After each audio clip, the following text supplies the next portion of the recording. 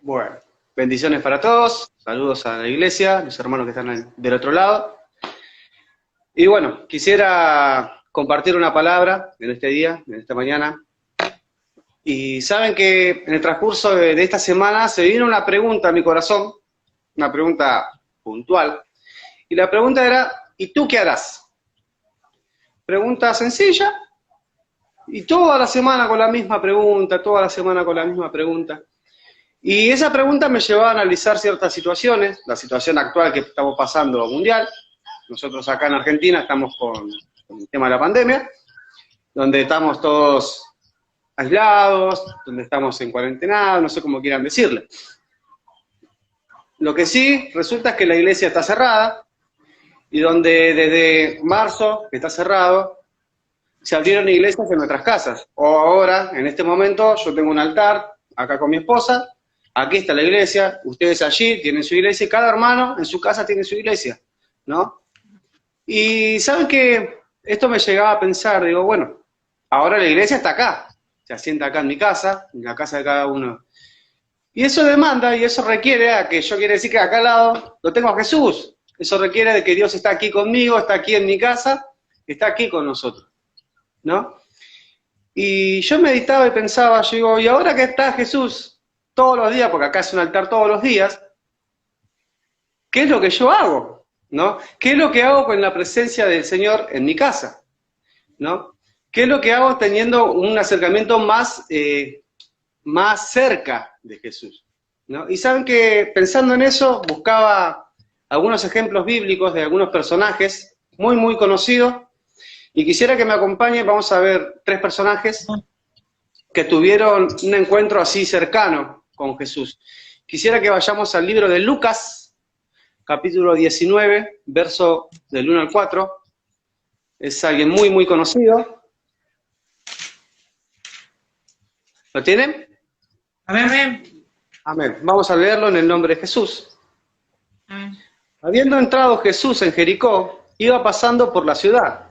Y sucedió que un varón, llamado Zaqueo, que era jefe de los publicanos y rico, y procuraba ver quién era Jesús, pero no podía a causa de la multitud, pues era pequeño de estatura. Y corriendo adelante, subió un árbol sicomoro para verlo, porque había de pasar por allí. Ahí me detengo.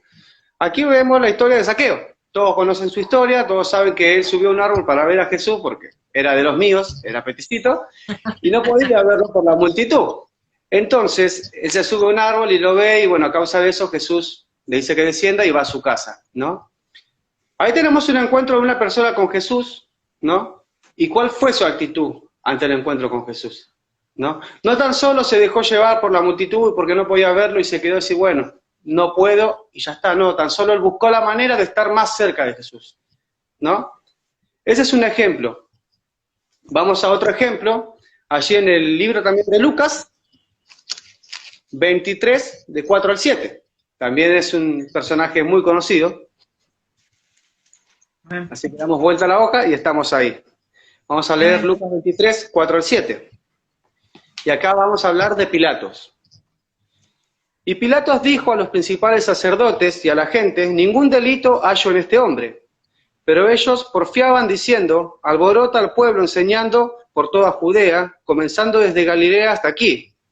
Entonces Pilato, oyendo decir Galilea, preguntó si el hombre era Galileo.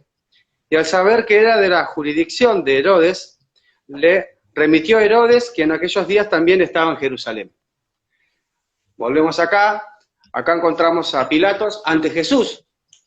Sabemos que los sacerdotes y los fariseos lo arrestaron a Jesús, en cual lo llevaron en cual termina siendo la crucifixión de Jesús, ¿no? Tiene un encuentro allí Pilato con Jesús. Y él tan solo, como nos enseña el pastor, Pilato lo único que hizo fue lavarse las manos y dijo, esto no me pertenece a mí, arreglen con Herodes, ¿no? Él tuvo un encuentro, estuvo con Jesús. ¿Y cuál fue su actitud? Dijo, yo, todo bien con este hombre, pero esa fue una actitud que tuvo. Vamos a la última actitud, al último personaje, que está en el libro también muy conocido, en el libro de Mateo, capítulo 26, verso 14 al 16. Amén. Este es un personaje muy particular y lo leemos en el nombre de Jesús. Entonces, uno de los 12, que se llamaba Judas Iscariote, fue a los principales sacerdotes y les dijo: ¿qué me queréis dar? Y yo os entregaré. Y ellos le asignaron 30 piezas de plata, y desde entonces buscaban la oportunidad para entregarles. Aquí nos encontramos con Judas, uno de los 12 discípulos de Jesús, en cual entregó a Jesús por unas monedas, lo traicionó, ¿no? Y acá yo les leía estos ejemplos, son 3 ejemplos, son 3 actitudes diferentes, ¿no?, que tomaron estas personas a estar cerca de Jesús. Y a eso va mi pregunta. ¿Qué hicieron ellos ante la presencia del Señor? Y la pregunta es, que se las advierto ahora a cada una de las personas que están escuchando: ¿y tú qué harás cuando estés cerca de Jesús? ¿Tú qué harás ahora que tienes a Jesús cerca tuyo? ¿Cuál será tu actitud? ¿Qué será lo que tú haces?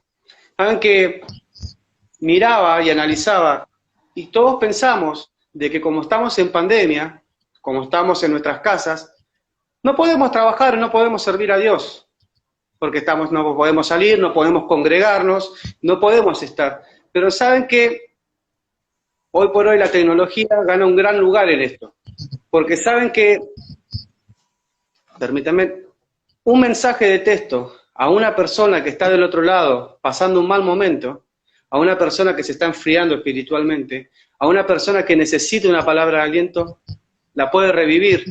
Tan solo un mensaje de texto que puedas enviarle a uno de tus hermanos, vecinos, familiares, conocidos, compañeros de trabajo, que puedas decirle: hermano, amigo, compañero, estoy orando por vos. Ese mensaje, puedo asegurarte que quiebra corazones. Ese mensaje de decir: hermano, ¿cómo estás? ¿Cómo te encuentras? ¿Necesitas algo? Quizás no podamos movilizarnos, quizás no podamos estar físicamente como quisiéramos estar, pero tan solo con esa palabra puedo asegurarte que podés ganar un alma, podés quebrar corazones con eso. Yo en esta semana que pasó he recibido 2 mensajes de 2 personas con cual yo aprecio muchísimo y quiero. Uno es Fabián, que creo que está conectado, y la otra hermana Miriam. Y eran mensajes simples, un mensaje que te dice: hermano, ¿cómo estás? ¿Cómo está tu familia? Y te puedo asegurar de que ese simple mensaje a uno le alegra el corazón, porque es la preocupación del amor de los unos por los otros, es el servicio. Hoy nuestra manera